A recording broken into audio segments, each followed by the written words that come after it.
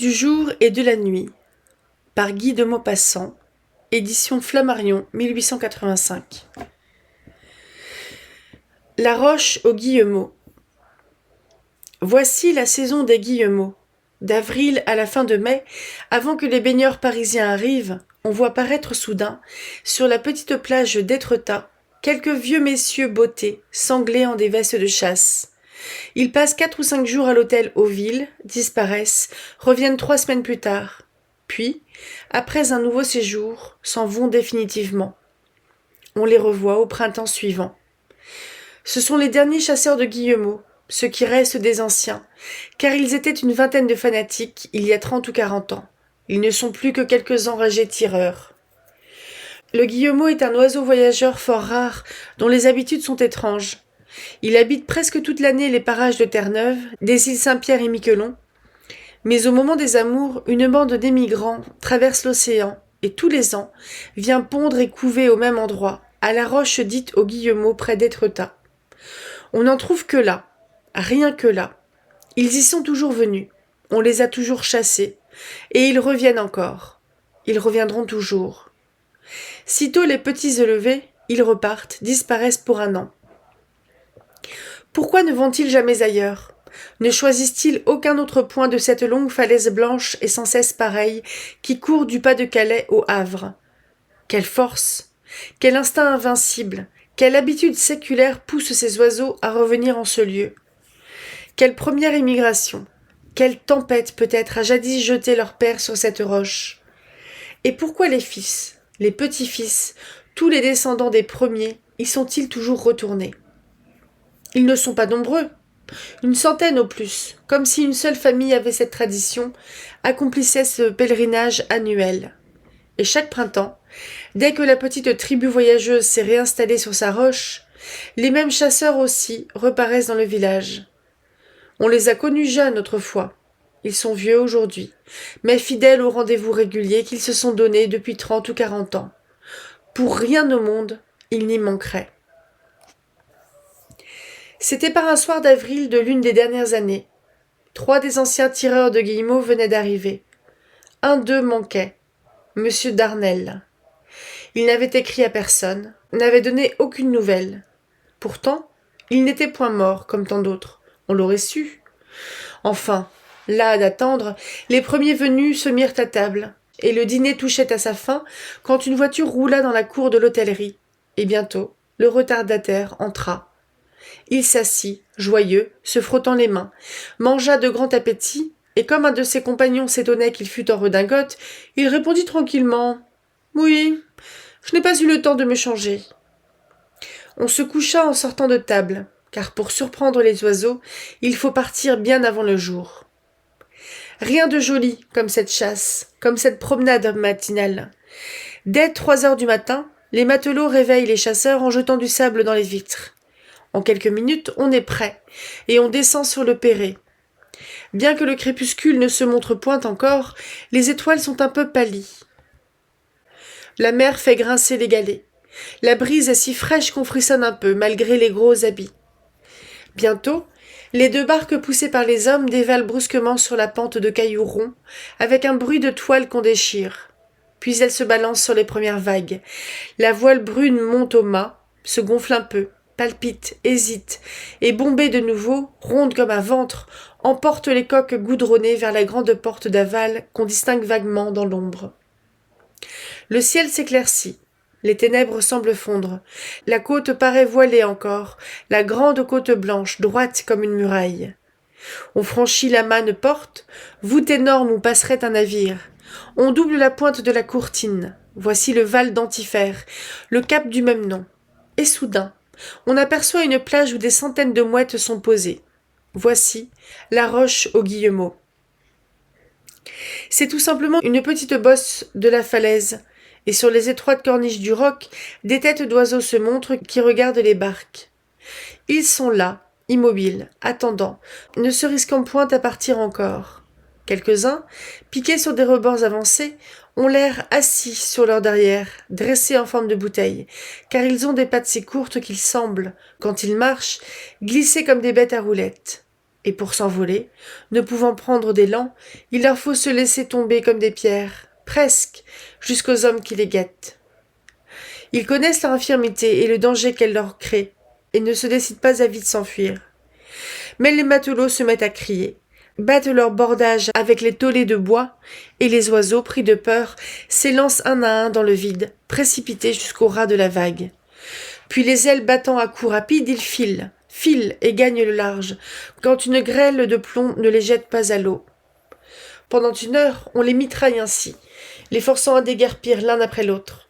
Et quelquefois, les femelles au nid, acharnées à couver, ne s'en vont point, et reçoivent coup sur coup les décharges qui font jaillir sur la roche blanche des gouttelettes de sang rose, tandis que la bête expire sans avoir quitté ses œufs. Le premier jour, M. Darnel chassa avec son entrain habituel. Mais, quand on repartit vers 10 heures, sous le haut soleil radieux, qui jetait de grands triangles de lumière dans les échancrures blanches de la côte, il se montra un peu soucieux, rêvant, parfois, comme à son habitude. Dès qu'on fut de retour au pays, une sorte de domestique en noir vint lui parler bas. Il sembla réfléchir, hésiter. Puis il répondit. « Non, demain. » Le lendemain, la chasse recommença. M. Darnel, cette fois, manqua souvent les bêtes, qui pourtant se laissaient choir presque au bout du canon de fusil. Et ses amis, riant, lui demandaient s'il était amoureux, si quelque trouble secret lui remuait le cœur et l'esprit. À la fin, il en convint. « Oui, vraiment, il faut que je parte tantôt, et cela me contrarie. »« Comment ? Vous partez ? Et pourquoi ? » ?»« Oh, j'ai une affaire qui m'appelle. Je ne puis rester plus longtemps. » Puis on parla d'autre chose. Dès que le déjeuner fut terminé, le valet en noir reparut. M. Darnel ordonna d'atteler, et l'homme allait sortir quand les 3 autres chasseurs intervinrent, insistèrent, priant et sollicitant pour retenir leur ami. L'un d'eux, à la fin, demanda. « Mais voyons, elle n'est pas si grave, cette affaire, puisque vous avez bien attendu déjà 2 jours. » Le chasseur, tout à fait perplexe, réfléchissait, visiblement combattu, tiré par le plaisir et une obligation, malheureusement troublée. Après une longue méditation, il murmura, hésitant. « C'est que je ne suis pas seul ici. J'ai mon gendre. » Ce furent des cris et des exclamations. « Votre gendre ? Mais où est-il » Alors, tout à coup, il sembla confus et rougit. « Comment ? Vous ne savez pas ? Mais, il est sous la remise. Il est mort. » Un silence de stupéfaction régna. M. Darnel reprit, de plus en plus troublé. « J'ai eu le malheur de le perdre, et comme je conduisais le corps chez moi à Briseville, j'ai fait un petit détour pour ne pas manquer notre rendez-vous. Mais vous comprenez que je ne puis m'attarder plus longtemps. » Alors, un des chasseurs, plus hardi, « Cependant, puisqu'il est mort, il me semble qu'il peut bien attendre un jour de plus. » Les 2 autres n'hésitèrent plus. « C'est incontestable, dirent-ils. » M. Darnel semblait soulagé d'un grand poids. Encore un peu inquiet, pourtant, il demanda. « Mais là, franchement, vous trouvez ?» Les 3 autres, comme un seul homme, répondirent. « Parbleu, mon cher, 2 jours de plus ou de moins n'y feront rien dans son état. » Alors, tout à fait tranquille, le beau-père se retourna vers le croque-mort. « Eh bien, mon ami, ce sera pour après-demain. »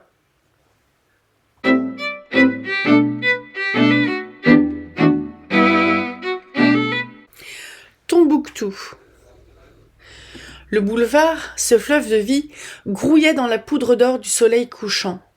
Tout le ciel était rouge, aveuglant, et derrière la Madeleine, une immense nuée flamboyante jetait dans toute la longue avenue une oblique averse de feu, vibrante comme une vapeur de brasier. La foule, gaie, palpitante, allait sous cette brume enflammée et semblait dans une apothéose. Les visages étaient dorés, les chapeaux noirs et les habits avaient des reflets de pourpre. Le vernis des chaussures jetait des flammes sur l'asphalte des trottoirs. Devant les cafés, un peuple d'hommes buvait des boissons brillantes et colorées qu'on aurait prises pour des pierres précieuses fondues dans le cristal. Au milieu des consommateurs aux légers vêtements plus foncés, 2 officiers en grande tenue faisaient baisser tous les yeux par l'éblouissement de leur dorure. Ils causaient, joyeux sans motif, dans cette gloire de vie, dans ce rayonnement radieux du soir, et ils regardaient contre la foule les hommes lents et les femmes pressées qui laissaient derrière elles une odeur savoureuse et troublante. Tout à coup, un nègre, énorme, vêtu de noir, ventru, chamarré de breloques sur un gilet de coutil, la face luisante comme si elle eût été cirée, passa devant eux avec un air de triomphe. Il riait aux passants, il riait aux vendeurs de journaux, il riait au ciel éclatant, il riait à Paris entier. Il était si grand qu'il dépassait toutes les têtes, et derrière lui, tous les badauds se retournaient pour le contempler de dos. Mais soudain, il aperçut les officiers, et culbutant les buveurs, il s'élança. Dès qu'il fut devant leur table, il planta sur eux ses yeux luisants et ravis, et les coins de sa bouche lui montèrent jusqu'aux oreilles, découvrant ses dents blanches, claires comme un croissant de lune dans un ciel noir. Les 2 hommes, stupéfaits, contemplaient ce géant d'ébène, sans rien comprendre à sa gaieté. Et il s'écria, d'une voix qui fit rire toutes les tables. « Bonjour, mon lieutenant !» Un des officiers était chef de bataillon, l'autre colonel. Le premier dit « Je ne vous connais pas, monsieur. J'ignore ce que vous me voulez. » Le nègre reprit « Moi, aimé beaucoup toi, monsieur Védier. Siège Bézi, beaucoup raisin, cherchez-moi. » L'officier, tout à fait éperdu, regardait fixement l'homme cherchant au fond de ses souvenirs. Mais brusquement, il s'écria « Tombouctou ?» Le nègre, radieux, tapa sur sa cuisse en poussant un rire d'une invraisemblable violence et beuglant. « Si, y a mon lieutenant, reconnais Tombouctou, y a bonjou !» Le commandant lui tendit la main en riant lui-même de tout son cœur. Alors, Tombouctou redevint grave. Il saisit la main de l'officier, et si vite que l'autre ne put l'empêcher, il la baisa, selon la coutume nègre et arabe. Confus, le militaire lui dit d'une voix sévère « Allons, Tombouctou, nous ne sommes pas en Afrique. Assieds-toi là et dis-moi comment je te trouve ici. » Tombouctou tendit son ventre, et bredouillant, tant il parlait vite « Gagnez beaucoup d'argent, beaucoup, grand restaurant, bon manger. Pucien, moi, beaucoup volé, beaucoup. Cuisine française, Tombouctou, cuisinier de l'empereur.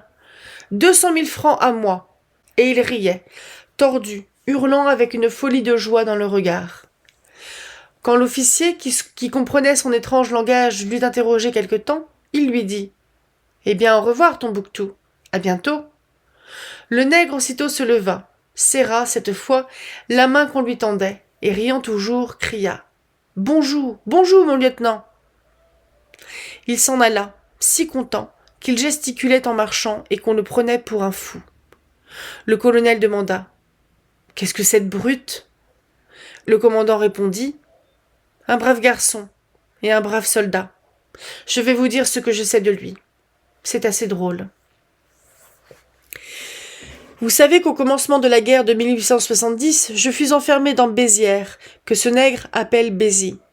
Nous n'étions point assiégés, mais bloqués. Les lignes prussiennes nous entouraient de partout, hors de portée des canons, ne tirant pas non plus sur nous, mais nous affamant peu à peu.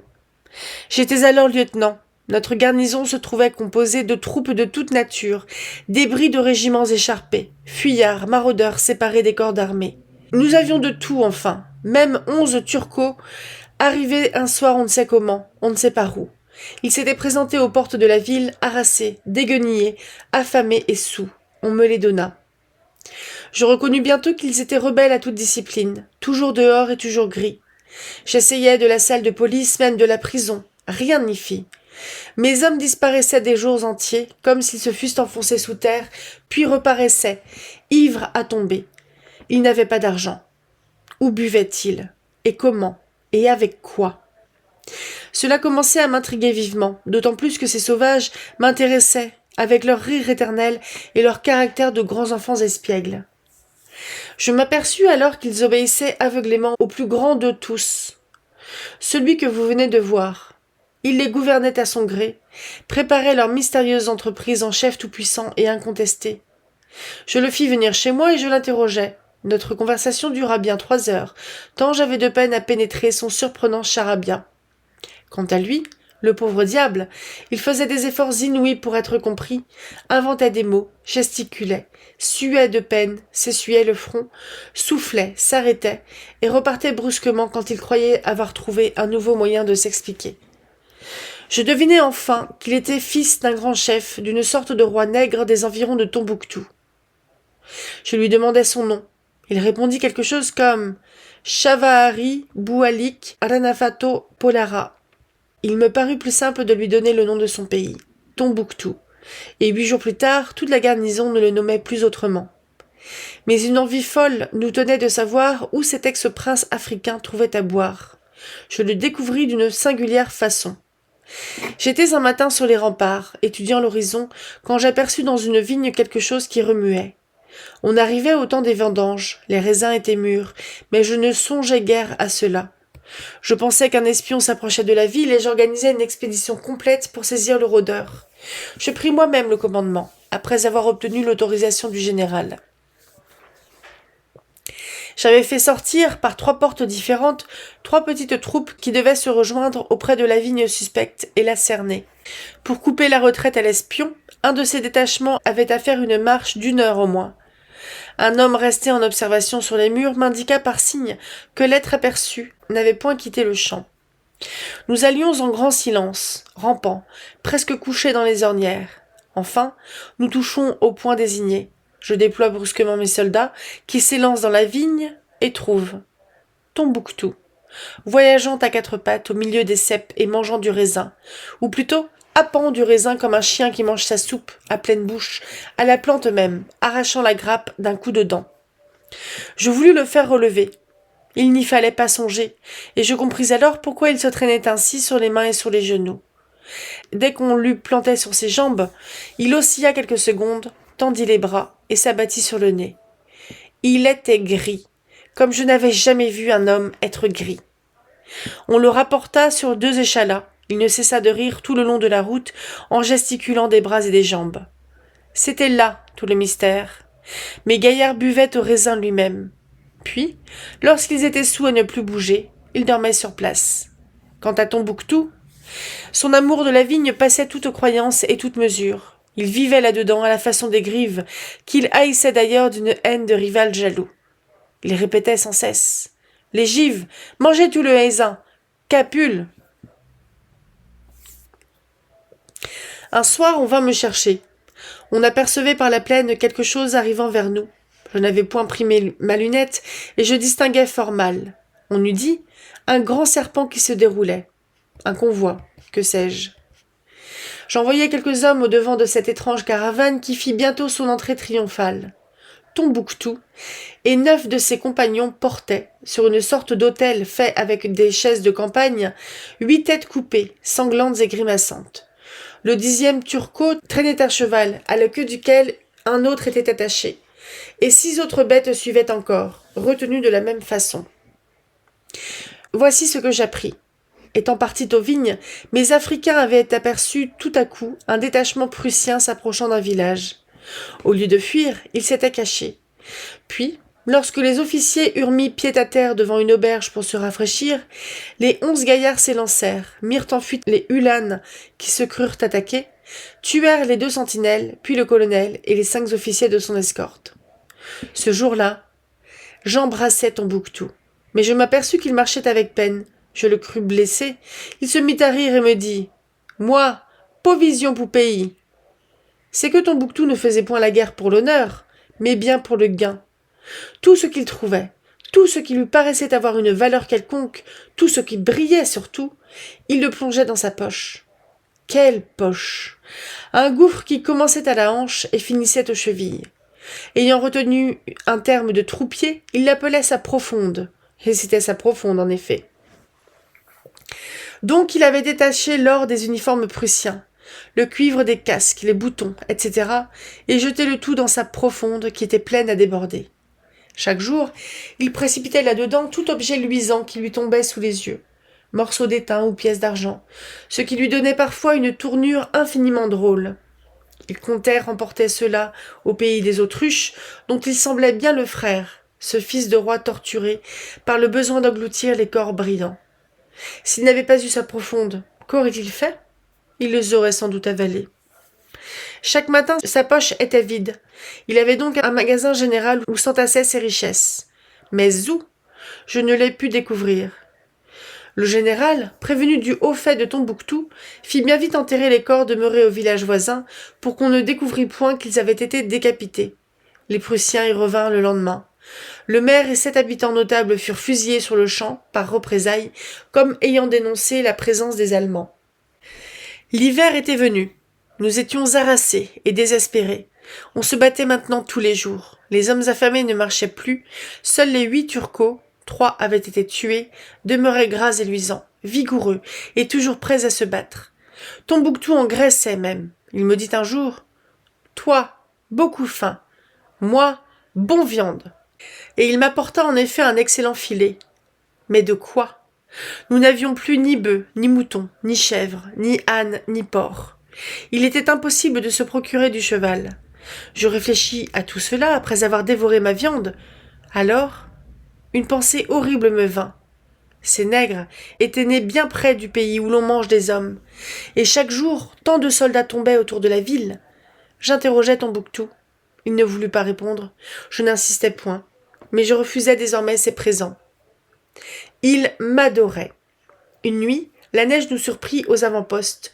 Nous étions assis par terre. Je regardais avec pitié les pauvres nègres grelottant sous cette poussière blanche et glacée. Comme j'avais grand froid, je me mis à tousser. Je sentis aussitôt quelque chose s'abattre sur moi, comme une grande et chaude couverture. C'était le manteau de Tombouctou qu'il me jetait sur les épaules. Je me levai, et lui rendant son vêtement, « Garde ça, mon garçon, tu en as bien plus besoin que moi. » Il répondit, « Non, mon lieutenant, pour toi, moi pas besoin, moi chaud, chaud. » Et il me contemplait avec des yeux suppliants. Je repris, « Allons, obéis, garde ton manteau, je le veux. » Le nègre alors se leva, tira son sabre, qu'il savait rendre coupant comme une faux, et tenant de l'autre main sa large capote, que je refusais. « Si toi pas garder manteau, moi couper, personne manteau. » Il l'aurait fait. Je cédais. 8 jours plus tard, nous avions capitulé. Quelques-uns d'entre nous avaient pu s'enfuir. Les autres allaient sortir de la ville et se rendre vainqueurs. Je me dirigeais vers la porte d'armes où nous devions nous réunir quand je demeurais stupide d'étonnement devant un nègre géant vêtu de coutil blanc et coiffé d'un chapeau de paille. C'était Tombouctou. Il semblait radieux et se promenait les mains dans ses poches devant une petite boutique où l'on voyait en montre 2 assiettes et 2 verres. Je lui dis « Qu'est-ce que tu fais ?» Il répondit « Moi, papati, moi, bon cuisinier, moi, fais manger colonel, Algéi, moi, manger Pucien, beaucoup volé, beaucoup. » Il gelait à 10 degrés. Je grelottais devant ce nègre en coutil. Alors il me prit par le bras et me fit entrer. J'aperçus une enseigne démesurée qu'il allait pendre devant sa porte, sitôt que nous serions partis, car il avait quelque pudeur. Et je lus, tracé par la main de quelques complices, cet appel. Cuisine militaire de M. Tombouctou, ancien cuisinier de Sa Majesté l'Empereur, artiste de Paris, prix modéré. Malgré le désespoir qui me rongeait le cœur, je ne pus m'empêcher de rire, et je laissai mon nègre à son nouveau commerce. Cela ne valait-il pas mieux que de le faire emmener prisonnier? Vous venez de voir qu'il a réussi, le gaillard. Bézières, aujourd'hui, appartient à l'Allemagne. Le restaurant Tombouctou est un commencement de revanche.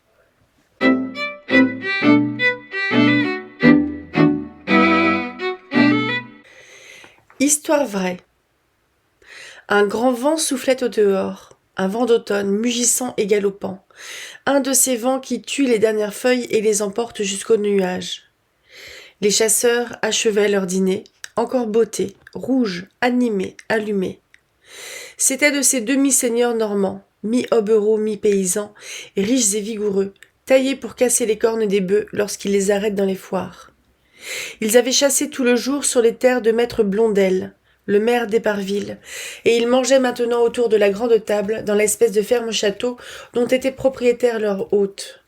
Il parlait comme on hurle, et riait comme rugissent les fauves, et buvait comme des citernes, les jambes allongées, les coudes sur la nappe, les yeux luisants sous la flamme des lampes, chauffés par un foyer formidable qui jetait au plafond des lueurs sanglantes. Il causait de chasse et de chiens.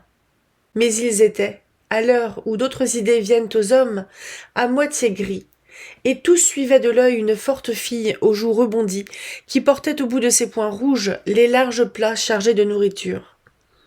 Soudain, un grand diable qui était devenu vétérinaire après avoir étudié pour être prêtre, et qui soignait toutes les bêtes de l'arrondissement, M. Séjour, s'écria « Crébleu, maître Blondel, vous avez là une bobonne qui n'est pas piquée des vers !» Et un rire retentissant éclata. Alors un vieux noble déclassé, tombé dans l'alcool, M. Varnetot, éleva la voix. « C'est moi qui ai eu jadis une drôle d'histoire avec une fillette comme ça. Tenez, il faut que je vous la raconte. Toutes les fois que j'y pense, ça me rappelle Mirza, ma chienne, que j'avais vendue au comte d'Ossonel et qui revenait tous les jours, dès qu'on la lâchait, tant elle ne pouvait me quitter. À la fin, je me suis fâchée et j'ai prié le comte de la tenir à la chaîne. Savez-vous ce qu'elle a fait, cette bête ? Elle est morte de chagrin. Mais pour en revenir à ma bonne, v'là l'histoire. J'avais alors 25 ans et je vivais en garçon, dans mon château de Villebon. Vous savez, quand on est jeune, et qu'on a des rentes, et qu'on s'embête tous les soirs après dîner, on a l'œil de tous les côtés.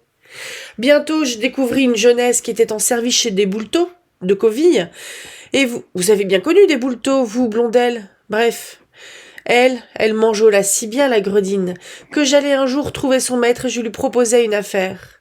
Il me céderait sa servante, et je lui vendrais ma jument noire, Cocotte, dont il avait envie depuis bientôt 2 ans. Il me tendit la main. « Topez là, monsieur de Vannetot !» C'était marché conclu.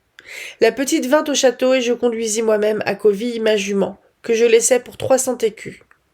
Dans les premiers temps, ça alla comme sur des roulettes. Personne ne se doutait de rien. Seulement, Rose m'aimait un peu trop pour mon goût. Cet enfant-là, voyez-vous, ce n'était pas n'importe qui. Elle devait avoir quelque chose de pas commun dans les veines. Ça venait encore de quelque fille qui aura fauté avec son maître. Bref, elle m'adorait. C'était des cajoleries, des mamours, des petits noms de chiens, et un tas de gentillesse à me donner des réflexions. Je me disais, faut pas que ça dure, ou je me laisserai prendre. Mais on ne me prend pas facilement, moi. Je ne suis pas de ceux qu'on enjôle avec 2 baisers. Enfin, j'avais l'œil. Quand elle m'annonça qu'elle était grosse. Pif! Pan! C'est comme si on m'avait tiré 2 coups de fusil dans la poitrine. Et elle m'embrassait, elle riait, elle dansait. Elle était folle, quoi. Je ne dis rien le premier jour, mais la nuit, je me raisonnais. Je pensais, ça y est, mais faut parer le coup et couper le fil, il n'est que temps.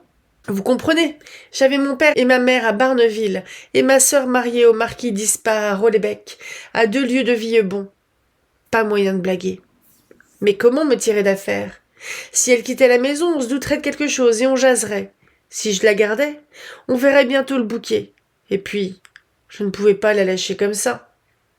J'en parlais à mon oncle, le baron de Créteuil, un vieux lapin qui en a connu plus d'une, et je lui demandai un avis.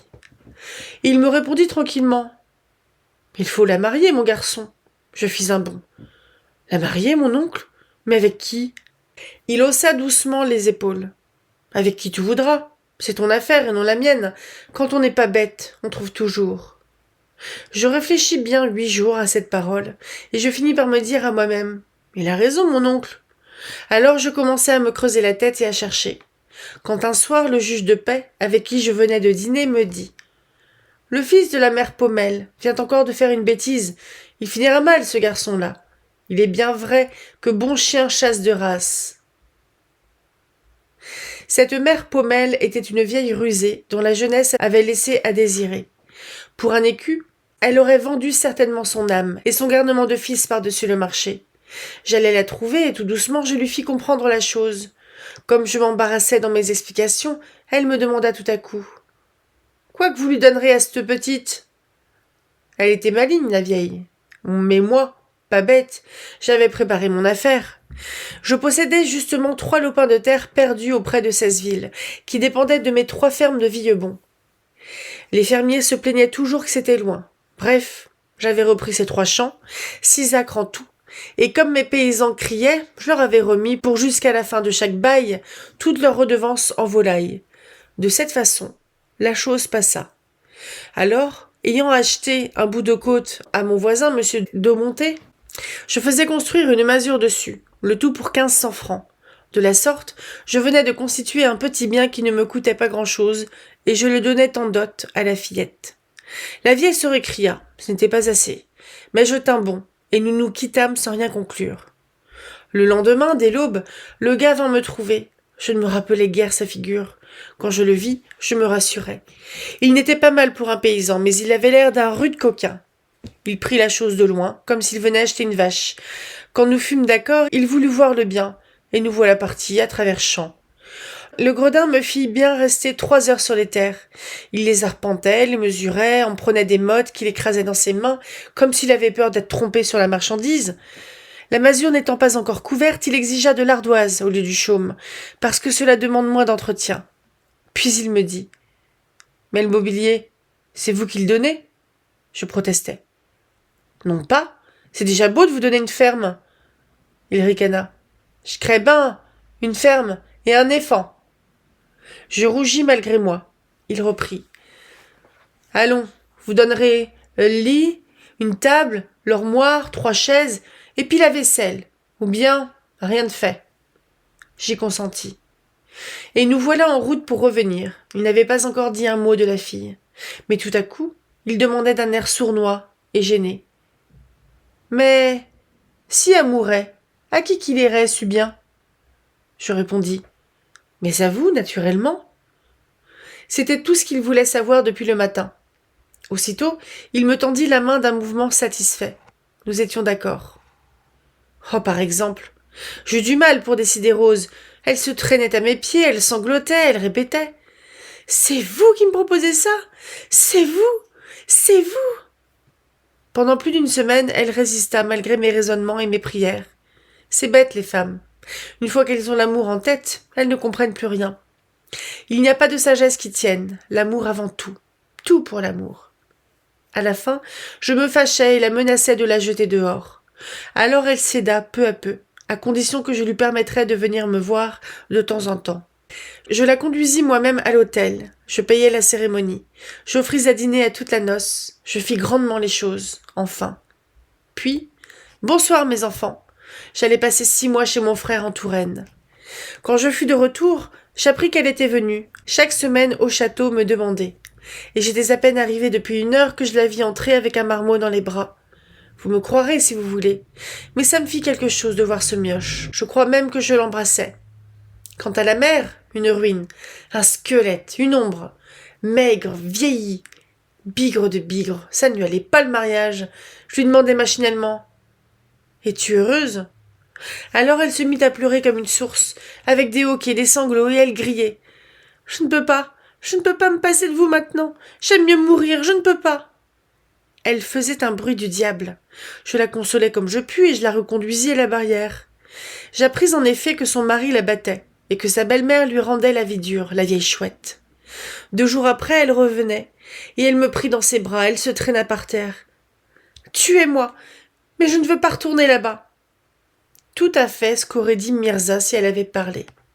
Ça commençait à m'embêter toutes ces histoires, et je filais pour 6 mois encore. Quand je revins, j'appris qu'elle était morte 3 semaines auparavant, après être revenue au château tous les dimanches, toujours comme Mirza. L'enfant aussi était mort 8 jours après. Quant au mari, le madré coquin, il héritait. Il a bien tourné depuis, paraît-il. Il est maintenant conseiller municipal. Puis, M. de Varnetot ajouta en riant. « C'est égal, c'est moi qui ai fait sa fortune à celui-là. » Et M. Séjour, le vétérinaire, conclut gravement en portant à sa bouche un verre d'eau-de-vie. « Tout ce que vous voudrez, mais des femmes comme ça, il n'en faut pas. »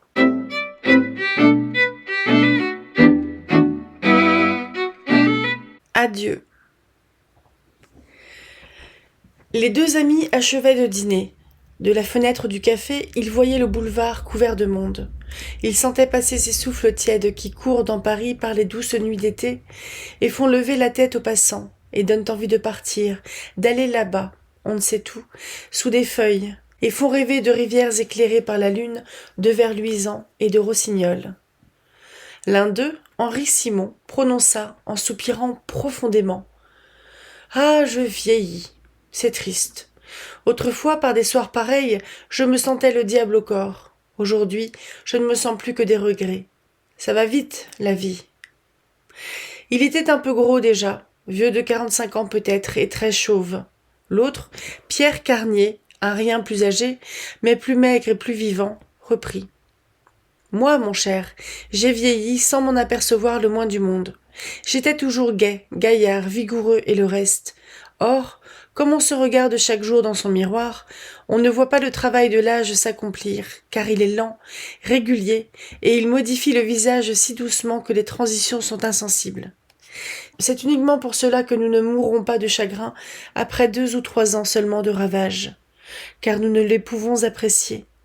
Il faudrait, pour s'en rendre compte, rester 6 mois sans regarder sa figure. Oh, alors, quel coup ?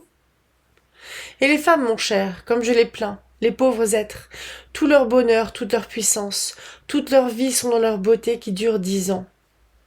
Donc moi, j'ai vieilli, sans m'en douter. Je me croyais presque un adolescent alors que j'avais près de 50 ans. Ne me sentant aucune infirmité d'aucune sorte, j'allais, heureux et tranquille.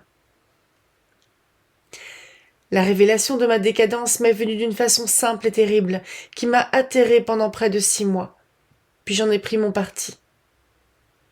J'ai été souvent amoureux, comme tous les hommes, mais principalement une fois.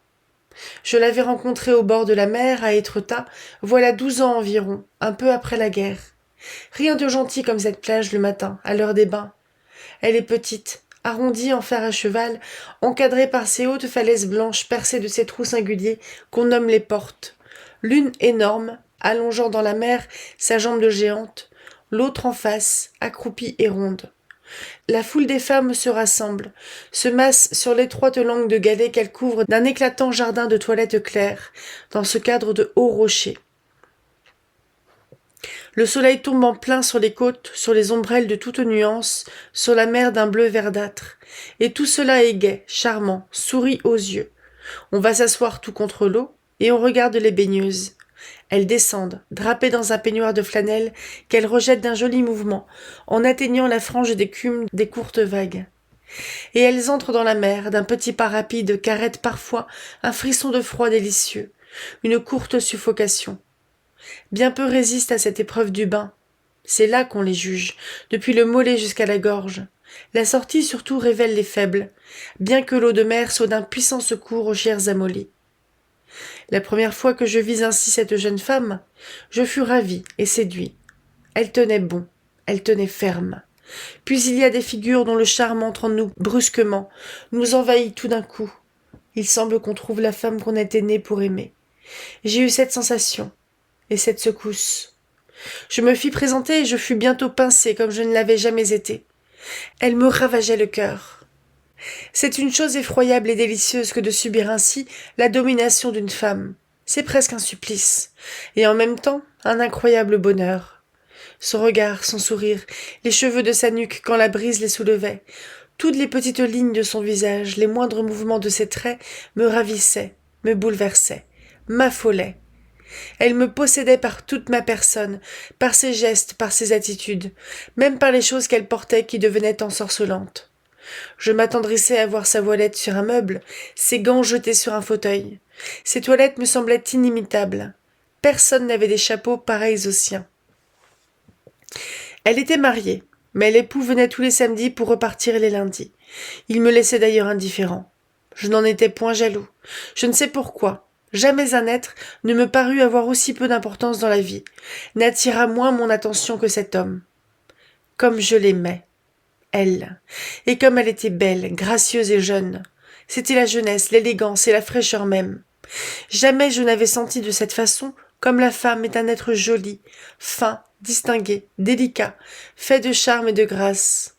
Jamais je n'avais compris ce qu'il y a de beauté séduisante dans la courbe d'une joue, dans le mouvement d'une lèvre, dans les plis ronds d'une petite oreille, dans la forme de ce sot organe qu'on nomme le nez. Cela dura 3 mois. Puis je partis pour l'Amérique, le cœur broyé de désespoir. mais sa pensée demeura en moi, persistante, triomphante. Elle me possédait de loin comme elle m'avait possédé de près. Des années passèrent, je ne l'oubliais point. Son image charmante restait devant mes yeux et dans mon cœur. Et ma tendresse lui demeurait fidèle, une tendresse tranquille. Maintenant, quelque chose comme le souvenir aimé de ce que j'avais rencontré de plus beau et de plus séduisant dans la vie. 12 ans sont si peu de choses dans l'existence d'un homme, on ne les sent point passer.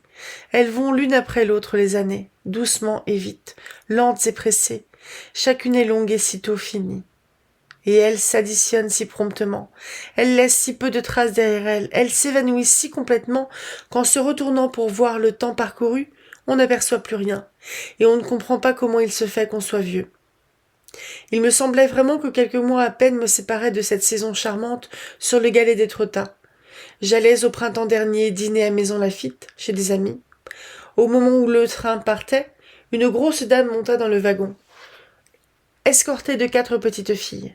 Je jetai à peine un coup d'œil sur cette mère poule très large, très ronde, avec une face de pleine lune qu'encadrait un chapeau enrubanné. Elle respirait fortement, essoufflée d'avoir marché vite, et les enfants se mirent à babiller. J'ouvris mon journal et je commençai à lire. Nous venions de passer Asnières, quand ma voisine me dit tout à coup « Pardon, monsieur, n'êtes-vous pas monsieur Carnier ?»« Oui, madame. » Alors elle se mit à rire, d'un rire content de brave femme, et un peu triste pourtant. « Vous ne me reconnaissez pas ?» J'hésitais. Je croyais bien en effet avoir vu quelque part ce visage, mais où ? Mais quand ? Je répondis. Oui et non. Je vous connais certainement, sans retrouver votre nom. Elle rougit un peu. Madame Julie Lefèvre. Jamais je ne reçus un pareil coup. Il me sembla en une seconde que tout était fini pour moi. Je sentais seulement qu'un voile s'était déchiré devant mes yeux et que j'allais découvrir des choses affreuses et navrantes. C'était elle, cette grosse femme commune, elle. Et elle avait pondu ses 4 filles depuis que je ne l'avais vue. Et ces petits êtres m'étonnaient autant que leur mère elle-même. Ils sortaient d'elle. Ils étaient grands déjà, ils avaient pris place dans la vie. Tandis qu'elle ne comptait plus, elle, cette merveille de grâce coquette et fine. Je l'avais vue hier, me semblait-il, et je la retrouvais ainsi. Était-ce possible ? Une douleur violente m'étreignait le cœur et aussi une révolte contre la nature même, une indignation irraisonnée, contre cette œuvre brutale, infâme de destruction. Je la regardais, effarée, puis je lui pris la main, et des larmes me montèrent aux yeux. Je pleurais sa jeunesse, je pleurais sa mort, car je ne connaissais point cette grosse dame. Elle, émue aussi, balbutia. « Je suis bien changée, n'est-ce pas ? Que voulez-vous ? Tout passe. Mais voyez, je suis devenue une mère, rien qu'une mère, une bonne mère. Adieu le reste, c'est fini. Oh, je pensais bien que vous ne me reconnaîtriez pas, si nous nous rencontrions jamais. Vous aussi d'ailleurs, vous êtes changé. Il m'a fallu quelque temps pour être sûre de ne me point tromper. Vous êtes devenu tout blanc. Songez, voici 12 ans. 12 ans. Ma fille est née à 10 ans déjà. Je regardais l'enfant, et je retrouvais en elle quelque chose du charme ancien de sa mère, mais quelque chose d'indécis encore, de peu formé, de prochain.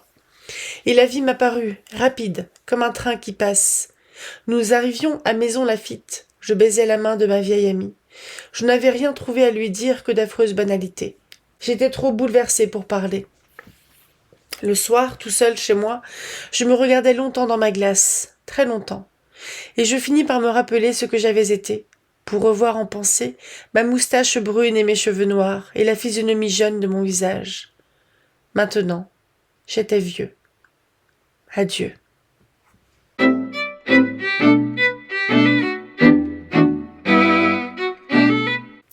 Souvenirs.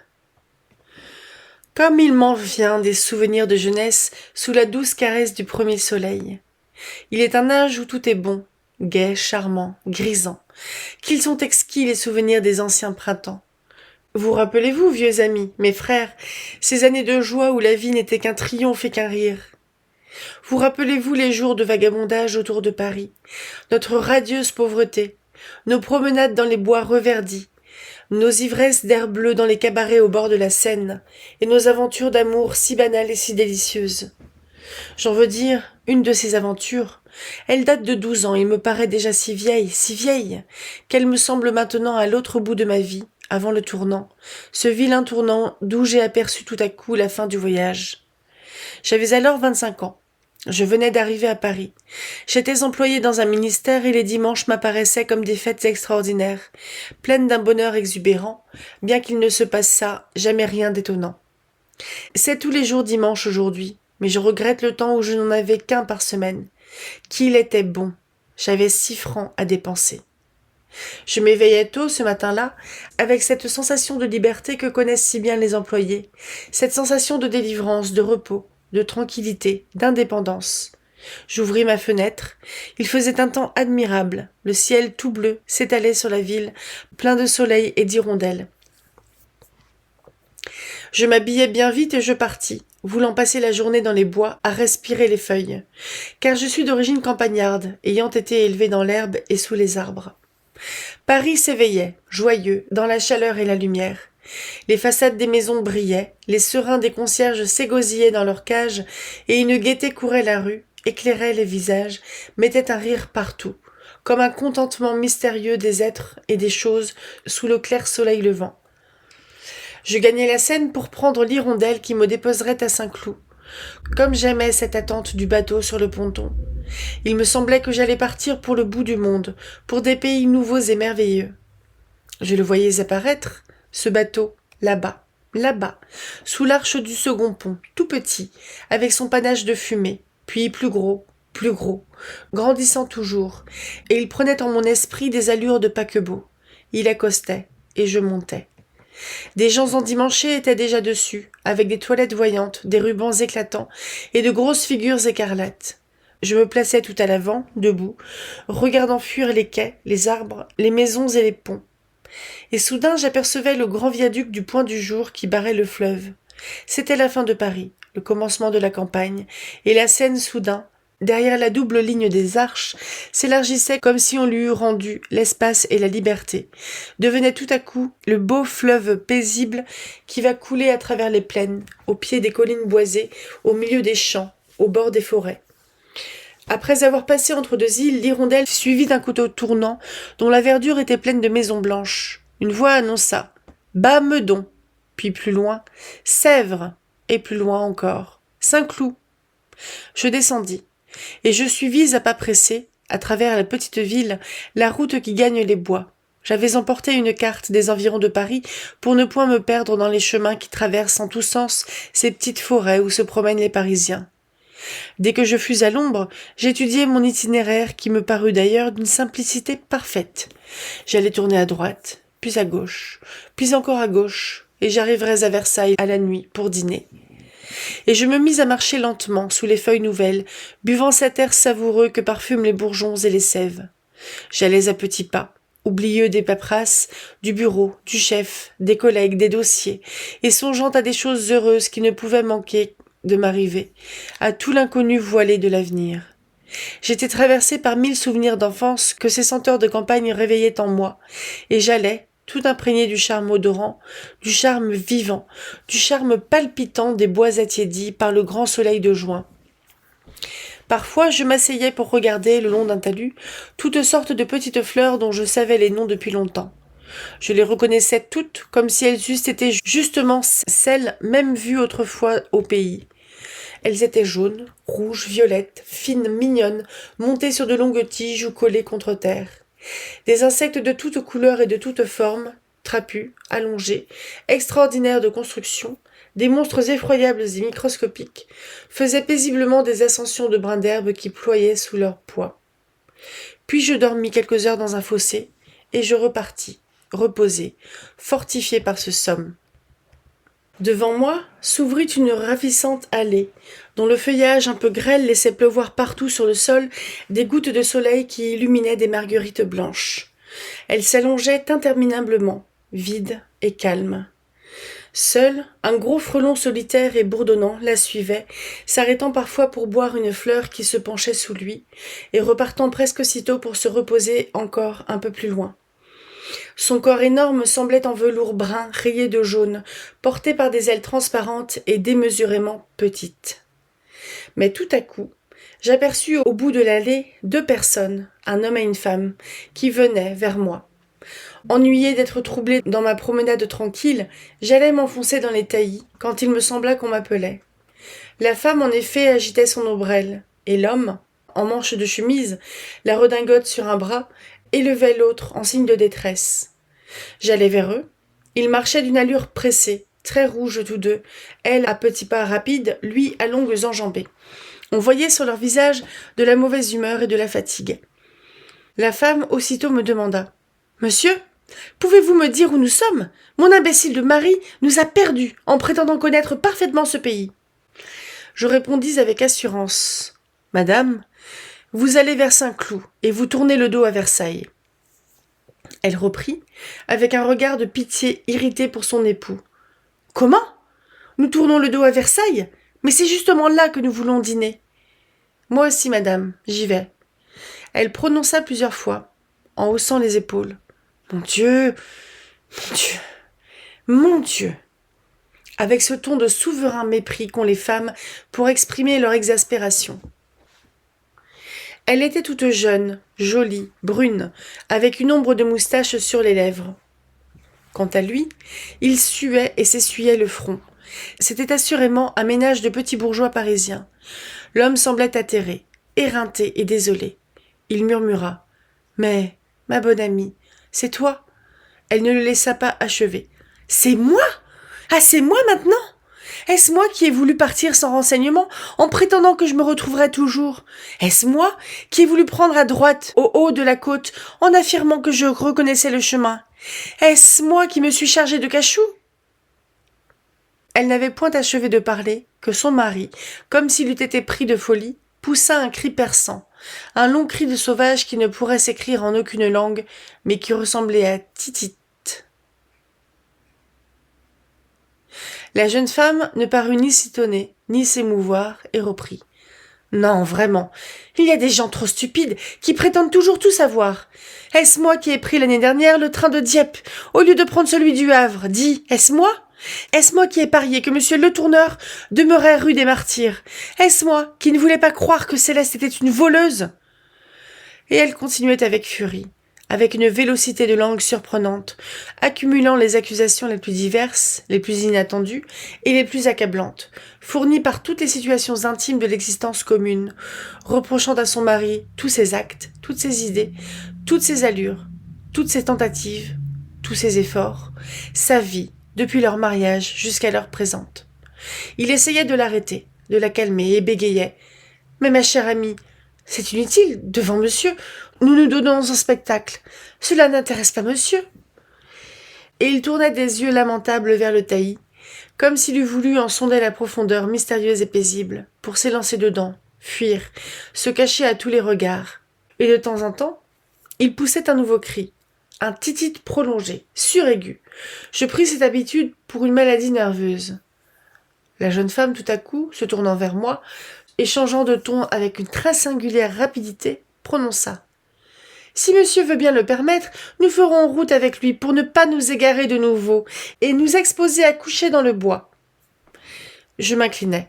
Elle prit mon bras et se mit à parler de 1000 choses, d'elle, de sa vie, de sa famille, de son commerce. Ils étaient gantiers rue Saint-Lazare.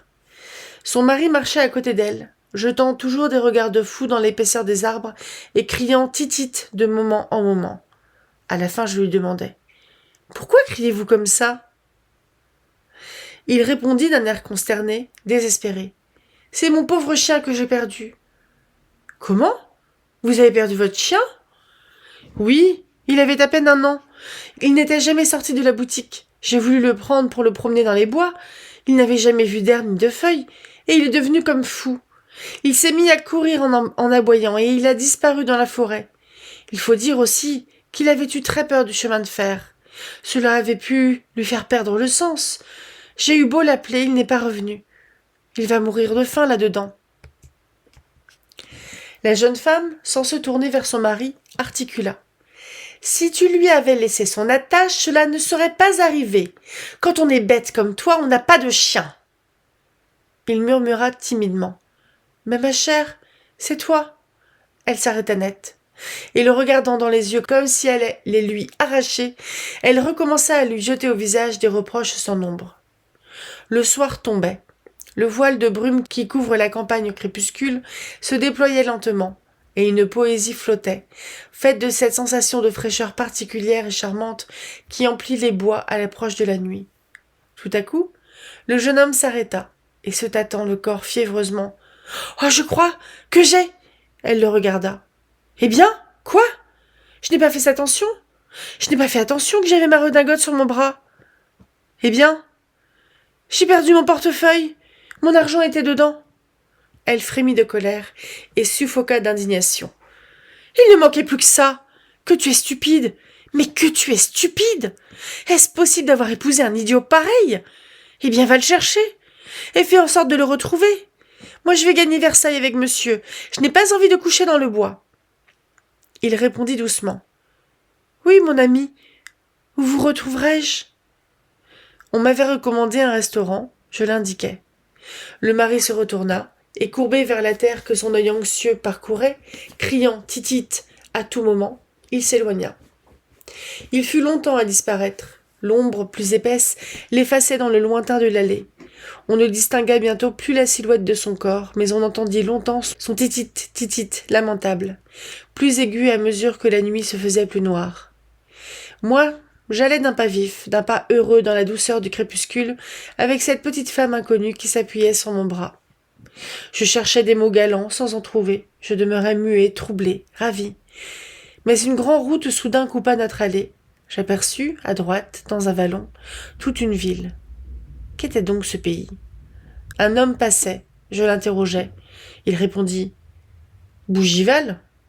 Je demeurai interdit. « Comment Bougival ? Vous êtes sûr ? » ?»« Parbleu, j'en suis !» La petite femme riait comme une folle. Je proposai de prendre une voiture pour gagner Versailles. Elle répondit « Ma foi, non. C'est trop drôle et j'ai trop faim. Je suis bien tranquille au fond. Mon mari se retrouvera toujours bien, lui. C'est tout bénéfice pour moi d'en être soulagée pendant quelques heures. » Nous entrâmes donc dans un restaurant, au bord de l'eau, et j'osai prendre un cabinet particulier. Elle se grisa, ma foi, fort bien, chanta, but du champagne, fit toutes sortes de folies, et même la plus grande de toutes. Ce fut mon premier adultère.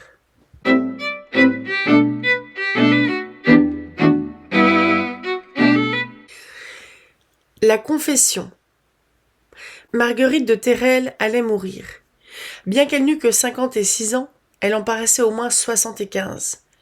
Elle haletait, plus pâle que ses bras, secouée de frissons épouvantables, la figure convulsée, l'œil hagard, comme si une chose horrible lui eût apparu. Sa sœur aînée, Suzanne, plus âgée de 6 ans, à genoux près du lit, sanglotait. Une petite table approchée de la couche de l'agonisante portait, sur une serviette, 2 bougies allumées, car on attendait le prêtre qui devait donner l'extrême-onction et la communion dernière. L'appartement avait cet aspect sinistre qu'ont les chambres des mourants, cet air d'adieu désespéré. Des fioles traînaient sur les meubles, des linges traînaient dans les coins, repoussés d'un coup de pied ou de balai. Les sièges en désordre semblaient eux-mêmes effarés, comme s'ils avaient couru dans tous les sens. La redoutable mort était là, cachée, attendant. L'histoire des 2 sœurs était attendrissante. On la citait au loin. Elle avait fait pleurer bien des yeux. Suzanne, l'aînée, avait été aimée follement jadis d'un jeune homme qu'elle aimait aussi. Ils furent fiancés, et on n'attendait plus que le jour fixé pour le contrat, quand Henri de Sampierre était mort brusquement. Le désespoir de la jeune fille fut affreux, et elle jura de ne se jamais marier. Elle tint parole. Elle prit des habits de veuve qu'elle ne quitta plus. Alors sa sœur, sa petite sœur Marguerite, qui n'avait encore que 12 ans, vint un matin se jeter dans les bras de l'aînée et lui dit « Grande sœur, je ne veux pas que tu sois malheureuse. Je ne veux pas que tu pleures toute ta vie. Je ne te quitterai jamais, jamais, jamais. Moi non plus, je ne me marierai pas. Je resterai près de toi, toujours, toujours, toujours. » Suzanne l'embrassa, attendrie par ce dévouement d'enfant, et n'y crut pas. Mais la petite aussi tint parole, et malgré les prières des parents, malgré les supplications de l'aînée, elle ne se maria jamais. Elle était jolie, fort jolie. Elle refusa bien des jeunes gens qui semblaient l'aimer. Elle ne quitta plus sa sœur. Elles vécurent ensemble tous les jours de leur existence, sans se séparer une seule fois. Elles allèrent côte à côte, inséparablement unies. Mais Marguerite sembla toujours triste, accablée, plus morne que l'aînée, comme si peut-être son sublime sacrifice l'eût brisée. Elle vieillit plus vite, prit des cheveux blancs dès l'âge de 30 ans, et souvent souffrante, semblait atteinte d'un mal inconnu qui la rongeait. Maintenant, elle allait mourir la première. Elle ne parlait plus depuis 24 heures. Elle avait dit seulement aux premières lueurs de l'aurore « Allez chercher monsieur le curé.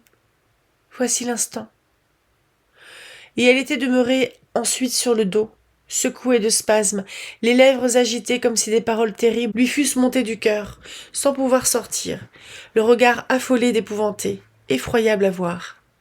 Sa sœur, déchirée par la douleur, pleurait éperdument, le front sur le bord du lit, et répétait « Margot, ma pauvre Margot, ma petite !» Elle l'avait toujours appelée ma petite, de même que la cadette l'avait toujours appelée grande sœur. On entendit des pas dans l'escalier, la porte s'ouvrit, un enfant de chœur parut, suivi du vieux prêtre en surplis. Dès qu'elle l'aperçut, la mourante s'assit d'une secousse, ouvrit les lèvres, balbutia 2 ou 3 paroles et se mit à gratter ses ongles, comme si elle eût voulu y faire un trou. L'abbé Simon s'approcha, lui prit la main, la baisa sur le front, et d'une voix douce « Dieu vous pardonne, mon enfant, ayez du courage, voici le moment venu, parlez. » Alors Marguerite, grelottant de la tête aux pieds, secouant toute sa couche de ses mouvements nerveux, balbutia. « Assieds-toi, grande sœur. Écoute. » Le prêtre se baissa vers Suzanne, toujours abattue au pied du lit, la releva, la mit dans son fauteuil, et prenant dans chaque main la main d'une des 2 sœurs, il prononça. « Seigneur, mon Dieu, envoyez-leur la force, jetez sur elles votre miséricorde. » Et Marguerite se mit à parler.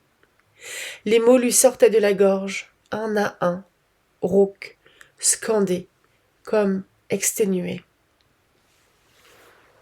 « Pardon, pardon, grande sœur, pardonne-moi. Oh, si tu savais comme j'ai eu peur de ce moment-là toute ma vie. » Suzanne balbutia dans ses larmes. « Quoi te pardonner, ma petite? Tu m'as tout donné, tout sacrifié. Tu es un ange. » Mais Marguerite l'interrompit. « Tais-toi, tais-toi, laisse-moi dire. Ne m'arrête pas, c'est affreux. Laisse-moi dire tout jusqu'au bout, sans bouger. Écoute, tu te rappelles, Henri. » Suzanne tressaillit et regarda sa sœur. La cadette reprit. « Il faut que tu entendes tout pour comprendre. J'avais 12 ans, seulement 12 ans, tu te le rappelles bien, n'est-ce pas? Et j'étais gâtée, je faisais tout ce que je voulais. Tu te rappelles bien comment on me gâtait? Écoute. La première fois qu'il est venu, il avait des bottes vernies. Il est descendu de cheval devant le perron, et il s'est excusé sur son costume, mais il venait apporter une nouvelle à papa. Tu te le rappelles, n'est-ce pas? Ne dis rien, écoute. Quand je l'ai vu, j'ai été toute saisie, tant que je l'ai trouvé beau, et je suis demeurée debout dans un coin du salon tout le temps qu'il a parlé. Les enfants sont singuliers et terribles. Oh oui, j'en ai rêvé. Il est revenu, plusieurs fois. Je le regardais de tous mes yeux, de toute mon âme. J'étais grande pour mon âge, et bien plus rusée qu'on ne croyait. Il est revenu, souvent. Je ne pensais qu'à lui. Je prononçais tout bas. Henri, Henri de Saint-Pierre. Puis on a dit qu'il allait épouser. Ce fut un chagrin. Oh, grande sœur, un chagrin. Un chagrin. J'ai pleuré 3 nuits sans dormir. Il revenait tous les jours, l'après-midi, après son déjeuner. Tu te le rappelles, n'est-ce pas? Ne dis rien, écoute. Tu lui faisais des gâteaux qu'il aimait beaucoup, avec de la farine, du beurre et du lait. Oh, je sais bien comment. J'en ferai encore s'il le fallait.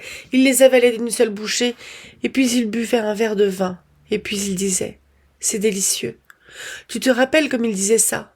J'étais jalouse, jalouse. Le moment de ton mariage approchait. Il n'y avait plus que 15 jours. Je devenais folle. Je me disais « Il n'épousera pas Suzanne, non, je ne veux pas. C'est moi qui l'épousera, quand je serai grande. Jamais je n'en trouverai un que j'aime autant. » Mais un soir, 10 jours avant ton contrat, tu t'es promené avec lui devant le château au clair de lune. Et là-bas, sous le sapin, sous le grand sapin, il t'a embrassé, dans ses 2 bras, si longtemps. Tu te le rappelles, n'est-ce pas? C'était probablement la première fois. Oui, tu étais si pâle en rentrant au salon. Je vous ai vu. J'étais là dans le massif. J'ai eu une rage. Si j'avais pu, je vous aurais tué. Je me suis dit, il n'épousera pas Suzanne. Jamais. Il n'épousera personne. Je serais trop malheureuse. Et tout d'un coup, je me suis mise à le haïr. Affreusement. Alors sais-tu ce que j'ai fait?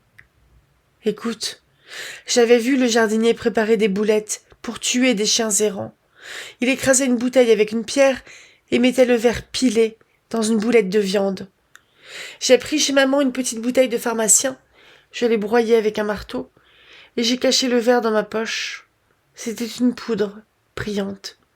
Le lendemain, comme tu venais de faire les petits gâteaux, je les ai fendus avec un couteau et j'ai mis le verre dedans. Il en a mangé 3. Moi aussi. J'en ai mangé un. J'ai jeté les 6 autres dans l'étang. Les 2 cygnes sont morts 3 jours après, tu te le rappelles? Oh, ne dis rien, écoute, écoute. Moi seule, je ne suis pas morte. Mais j'ai toujours été malade. Écoute, il est mort. Tu sais bien, écoute. Ce n'est rien, cela. C'est après, plus tard, toujours.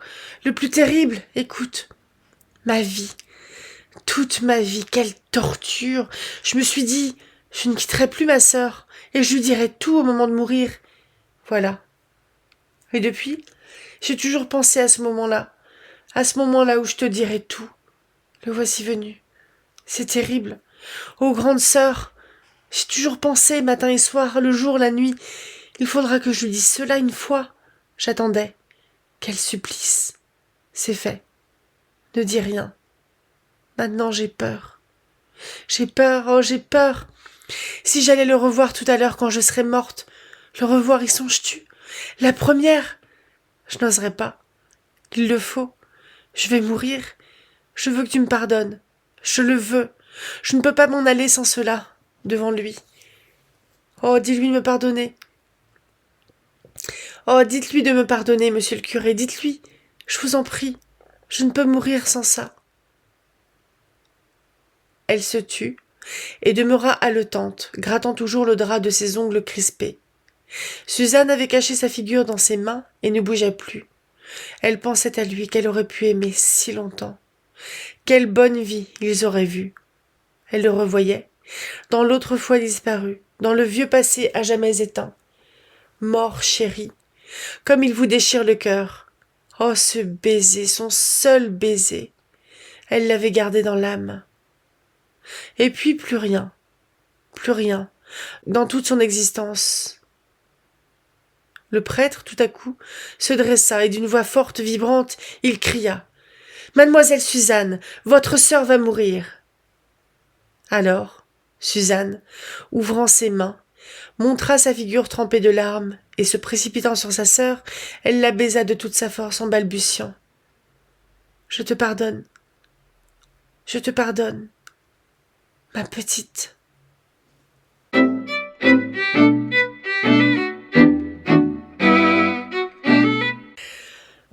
Humble drame. Édition Louis Connard, libraire éditeur, Paris 1909. Les rencontres font le charme des voyages. Qui ne connaît cette joie de retrouver soudain, à 500 lieues du pays, un Parisien, un camarade de collège, un voisin de campagne? Qui n'a passé la nuit, les yeux ouverts, dans la petite diligence drelindante des contrées, où la vapeur est encore ignorée, à côté d'une jeune femme inconnue, entrevue seulement à la lueur de la lanterne alors qu'elle montait dans le coupé, devant la porte d'une blanche maison de petite ville. Et le matin venu, quand on a de l'esprit et les oreilles tout engourdies du continu tintement des grelots et du fracas éclatant des vitres, quelle charmante sensation de voir la jolie voisine ébouriffée ouvrir les yeux, regarder autour d'elle, faire, du bout de ses doigts fins, la toilette de ses cheveux rebelles, rajuster sa coiffure, tâter d'une main sûre si son corset n'a point tourné, si sa taille est droite et la jupe pas trop écrasée. Elle vous regarde aussi d'un seul coup d'œil froid et curieux, puis elle se carre dans un coin et ne semble plus occupée que du pays.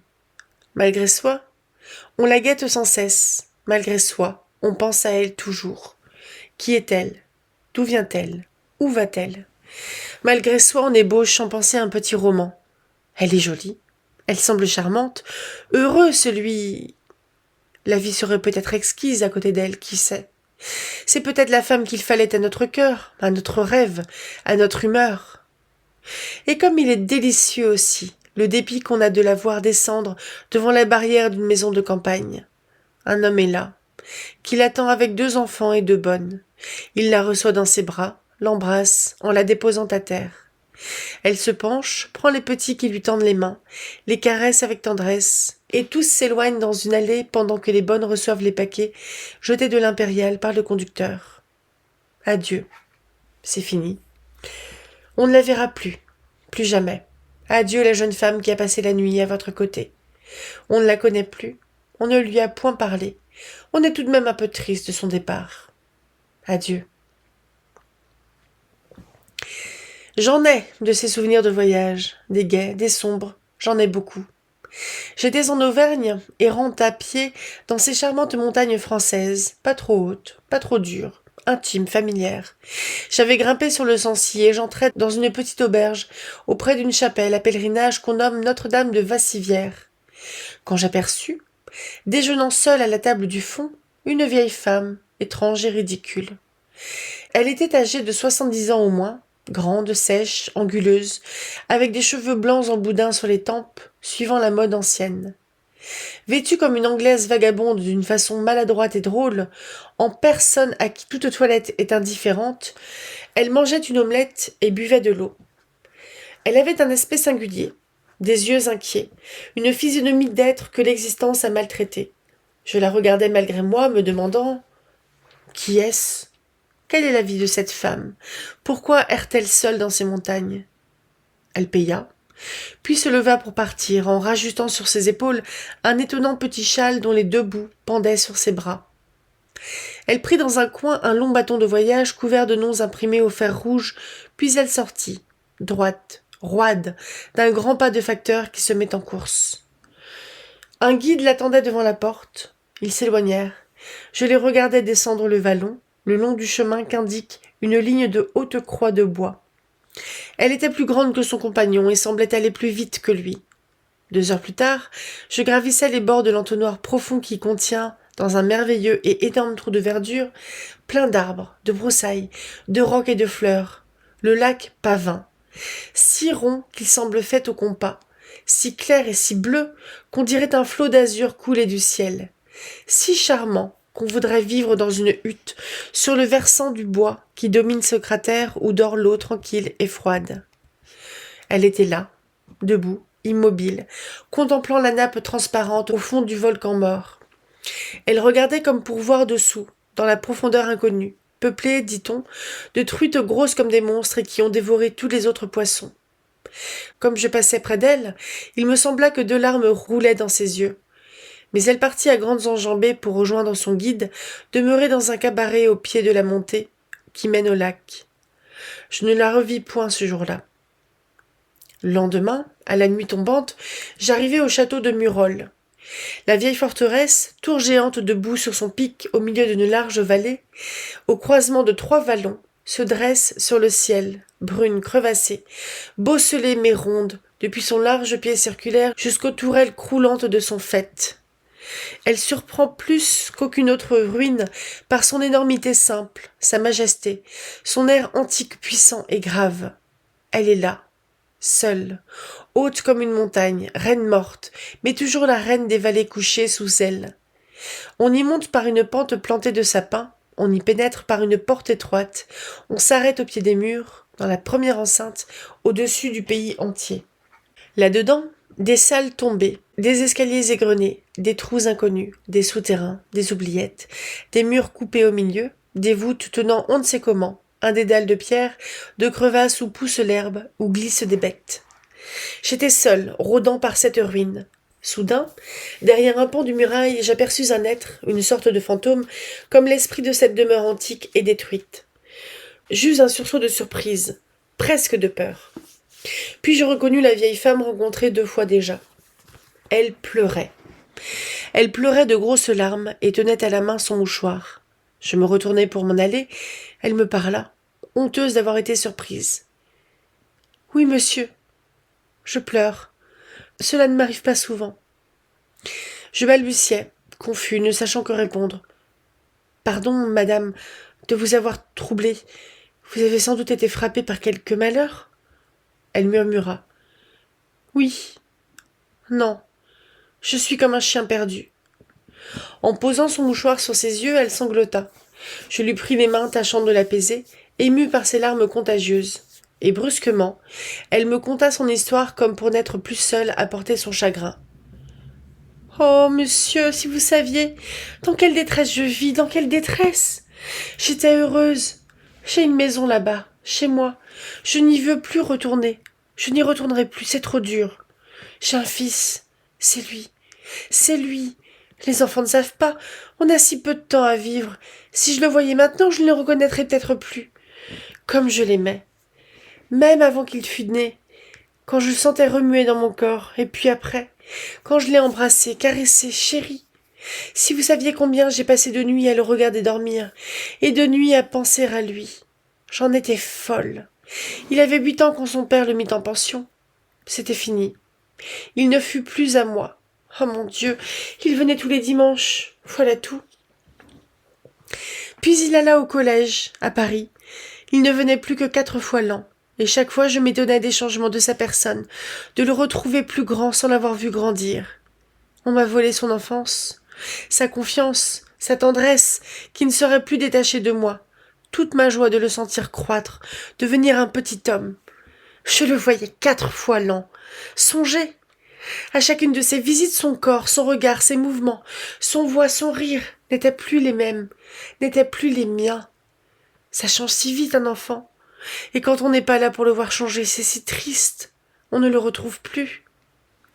Une année, il arriva avec du duvet sur les joues. Lui, mon fils.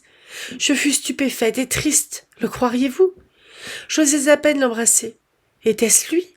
Mon tout petit, mon tout petit blondin frisé d'autrefois, mon cher, cher enfant que j'avais tenu dans ses langes, sur mes genoux, qui avait bu mon lait de ses petites lèvres goulues. Ce grand garçon brun qui ne savait plus me caresser, qui semblait m'aimer surtout par devoir, qui m'appelait ma mère par convenance, et qui m'embrassait sur le front alors que j'aurais voulu l'écraser dans mes bras. Mon mari mourut, puis ce fit le tour de mes parents, puis je perdis mes 2 sœurs. Quand la mort entre dans une maison, on dirait qu'elle se dépêche de faire le plus de besogne possible, pour n'avoir pas à y revenir de longtemps. Elle ne laisse vivante qu'1 ou 2 personnes pour pleurer les autres. Je restai seule. Mon grand-fils faisait alors son droit. J'espérais vivre et mourir près de lui. J'allais le rejoindre pour demeurer ensemble. Il avait pris des habitudes de jeune homme. Il me fit comprendre que je le gênais. Je partis. J'ai eu tort. Mais je souffrais trop de me sentir importune. Moi, sa mère. Je revins chez moi. Je ne le revis presque plus. Il se maria. Quelle joie! Nous allions enfin nous rejoindre pour toujours. J'aurais des petits-enfants. Il avait épousé une Anglaise qui me prit en haine. Pourquoi? Elle a senti peut-être que je l'aimais trop. Je fus forcée de m'éloigner encore. Je me retrouvai seule. Oui, monsieur. Puis il partit pour l'Angleterre. Il allait vivre chez eux, chez les parents de sa femme. Comprenez-vous? Ils l'ont pour eux, mon fils. Ils me l'ont volé. Il m'écrit tous les mois. Il venait me voir dans les premiers temps. Maintenant, il ne vient plus. Voici 4 ans que je ne l'ai vu. Il avait la figure ridée et des cheveux blancs. Était-ce possible? Cet homme presque vieux, mon fils, mon petit enfant rose de jadis. Sans doute, je ne le reverrai pas. Et je voyage toute l'année. Je vais à droite, à gauche, comme vous voyez, sans personne avec moi. Je suis comme un chien perdu. Adieu, monsieur. Ne restez pas près de moi. Ça me fait mal de vous avoir dit tout cela. Et comme je redescendais la colline, m'étant retournée, j'aperçus la vieille femme debout sur une muraille crevassée, regardant les monts, la longue vallée et le lac Chambon dans le lointain. Et le vent agitait comme un drapeau le bas de sa robe et le petit châle étrange qu'elle portait sur ses épaules.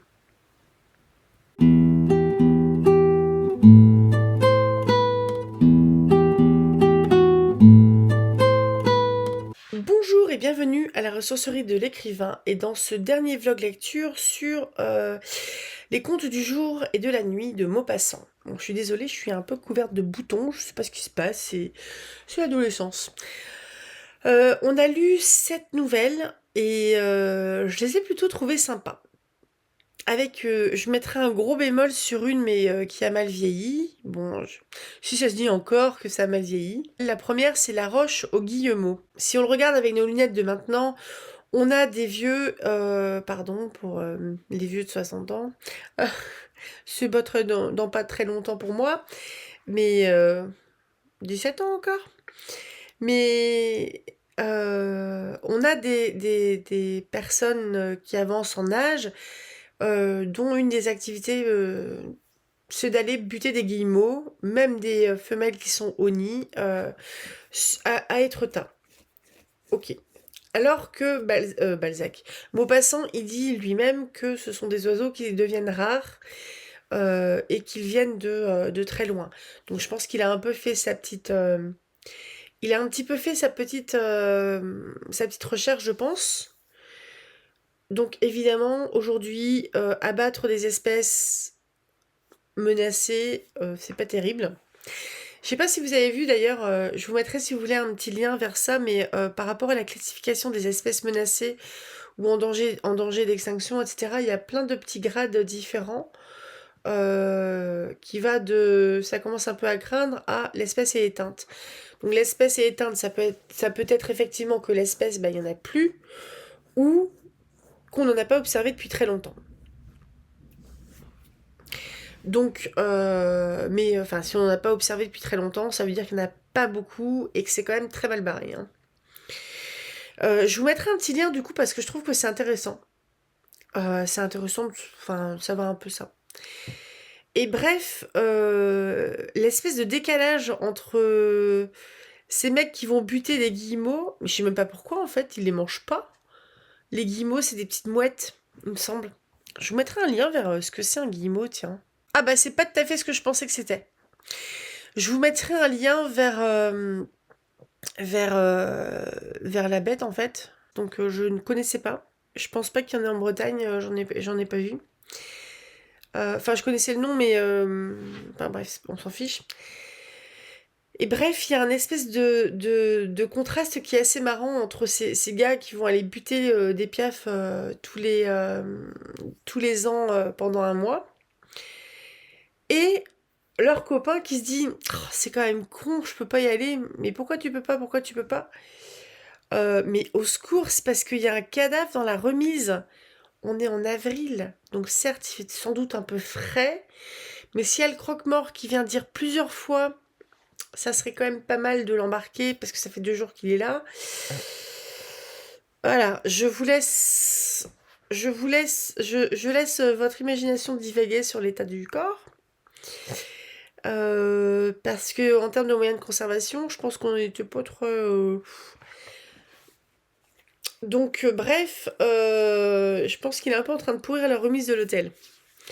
Après, ça devait se faire, n'empêche, que pour des funérailles, pour des gens qui sont morts très loin de l'endroit où ils devaient être enterrés, bah, c'est qu'ils les trimballaient, et puis ils les trimballaient peut-être sans doute plus en diligence ou des choses comme ça qu'en en train. Je pense pas. Je sais pas.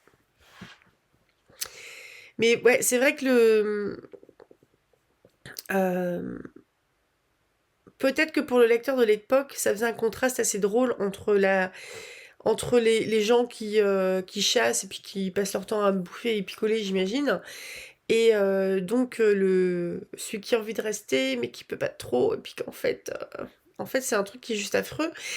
Et en plus les mecs ils disent non mais c'est bon ça fait 2 jours qu'il est là 2 jours de plus oh, ah, ok.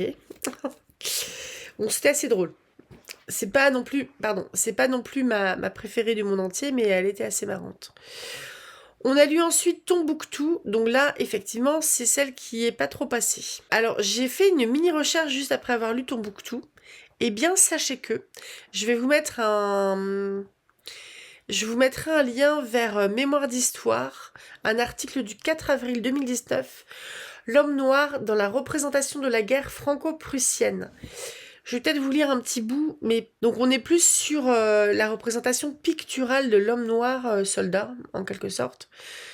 De Jéricho à Matisse, le musée d'Orsay invite jusqu'au 21 juillet 2019 à découvrir ces hommes et ces femmes noirs qui servirent de modèle aux plus grands peintres du 19e siècle.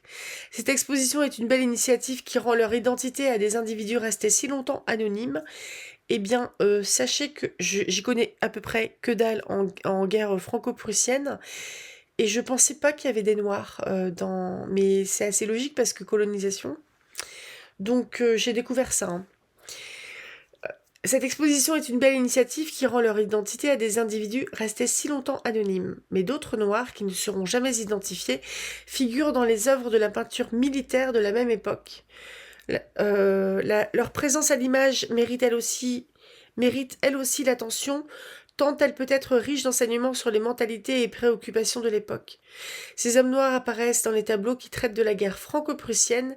Cette figuration du combattant venu des colonies d'Afrique n'est pas prépondérante, mais elle répond à des stéréotypes porteurs de sens. Donc on va citer par...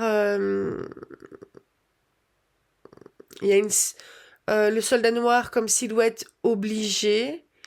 Les batailles où les régiments de Turcos, je dis Turcos, je sais pas comment ça se prononce, se sont illustrés. Donc on cite des œuvres comme les Zouaves à Reichshoffen de Georges-Louis Hillon, la charge héroïque des Turcos à Wissembourg d'Eugène Bélanger, Charles Castellani, les Turcos à Wissembourg, etc. Où en gros ils sont au premier plan. Enfin bref, c'est un article que je vais lire et je vous conseille de le lire, il est pas très long si vous avez envie, si ça vous dit.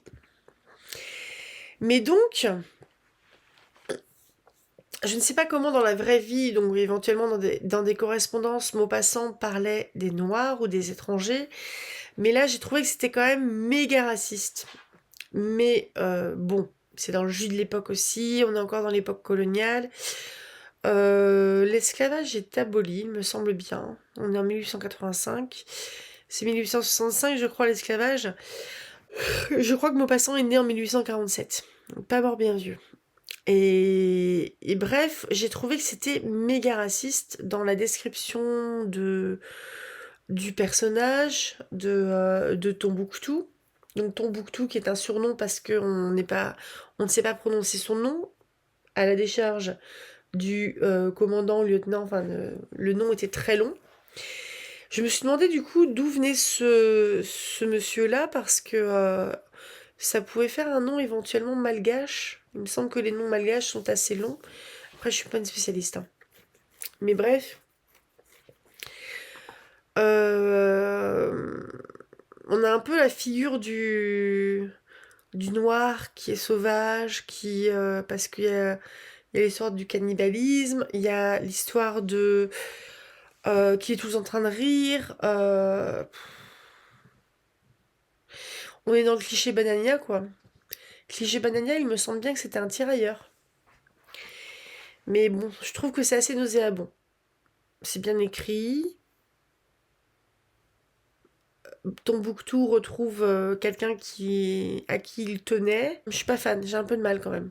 Je pense que j'aurais du mal à encaisser un livre entier où il y aurait des descriptions comme ça de personnages noirs ou étrangers. On a lu ensuite Histoire vraie. Je me demande en fait quelle est la part d'autobiographie dans les nouvelles de Maupassant. Maupassant, c'était un coureur hein, et qui avait la syphilis au passage. Mais du coup, je me pose des questions sur la part de vie que Maupassant dévoile, d'anecdotes de sa vie, et la part de recherche aussi qu'il a pu faire éventuellement. Comme l'histoire des chasseurs de guillemots avec le cadavre dans la remise, ça peut tout à fait être un article de journal qui dit les chasseurs de guillemots, la chasse est plus importante qu'aller enterrer son gendre, un truc comme ça, vous voyez. Et histoire vraie, c'est un gros con qui a mis une jeune femme enceinte, très jolie, qu'il a mariée à un autre gros con, et violence conjugale, donc elle est morte et son fils aussi. Donc le bâtard du monsieur. Je n'ai point trouvé ça. En fait, la violence conjugale est abordée de manière totalement banale, banalisée. Du genre, c'est pas mon problème, j'avais marié, mais bon, j'ai beaucoup de mal aussi. Et en fait, il y a la comparaison de cette femme qui revient toujours à Mirza, son chien, le chien qu'il avait filé à je sais plus qui. Je suis pas fan. Alors, adieu. Bon, adieu, j'aime pas trop non plus parce que c'est le monsieur qui retrouve une jeune fille qui était très jolie 12 ans auparavant, qui depuis s'est mariée, a eu 4 filles et a dû prendre 20-30 kilos. Donc elle a changé. Et en fait, il la trouve hideuse. Et sans porter un regard sur sa propre laideur, parce que lui aussi a vieilli. Je suis moyennement fan aussi, c'est pas mes préférés. Qu'est-ce qu'il y avait d'autre?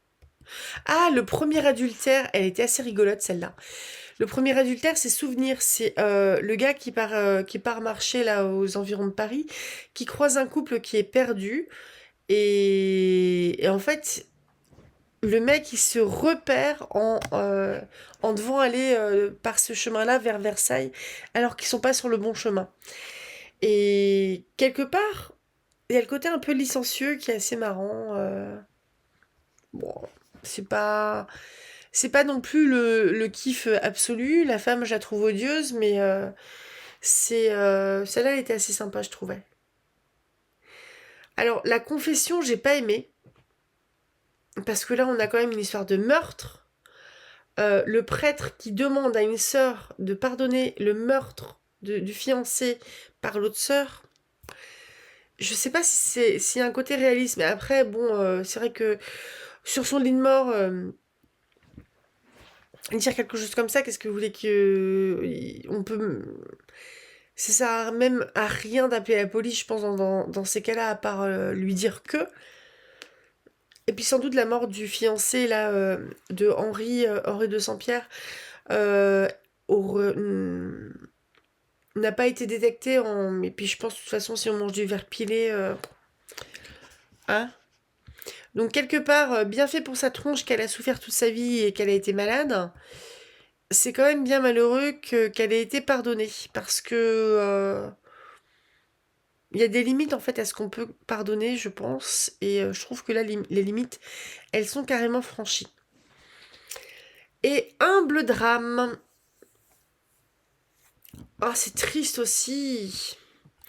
Donc humble drame, c'est un monsieur qui voyage beaucoup, qui aime bien voyager avec des jolies jeunes filles, mais qui là en fait croise quelqu'un qui a l'air de faire un pèlerinage, une vieille dame qui lui raconte sa vie, qui dit qu'elle a perdu son fils parce que il a été éloigné, il a été à l'école et compagnie. Je suis un chien perdu. Je l'ai trouvé vachement triste parce qu'au final elle se retrouve, elle a plus personne. Et son fils, il est parti vivre avec ses beaux-parents en Angleterre, donc loin.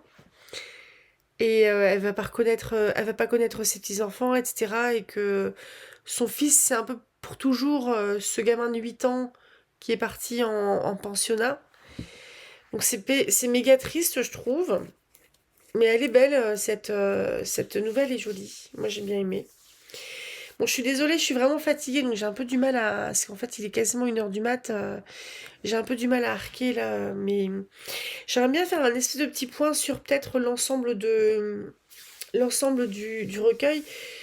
Euh, à la réflexion, je trouve que Conte du jour et de la nuit, c'est bien trouvé parce que euh, il y a des choses qui sont sombres, il y a des choses qui sont lumineuses. On est quand même pas mal dans du sombre.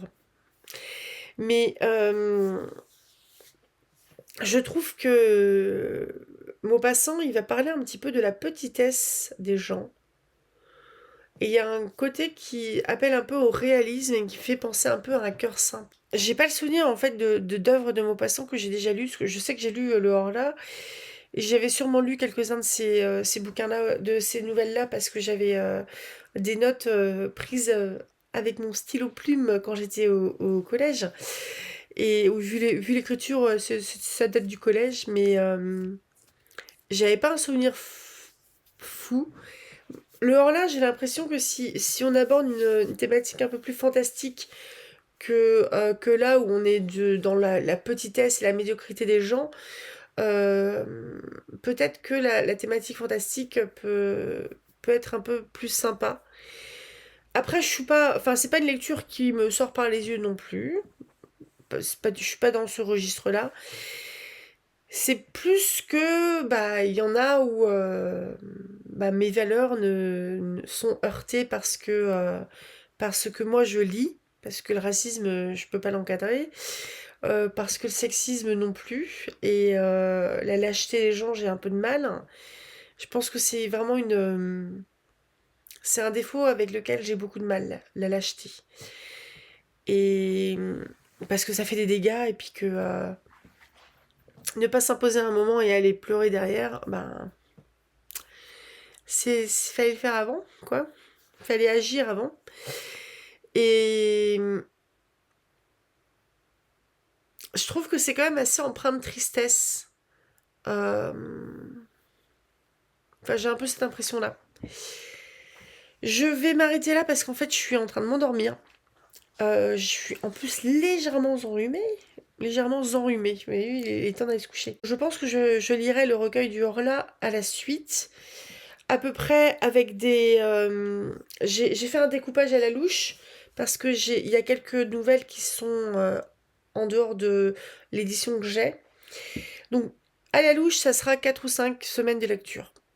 Euh, à voir si je fais une pause entre les deux recueils ou pas.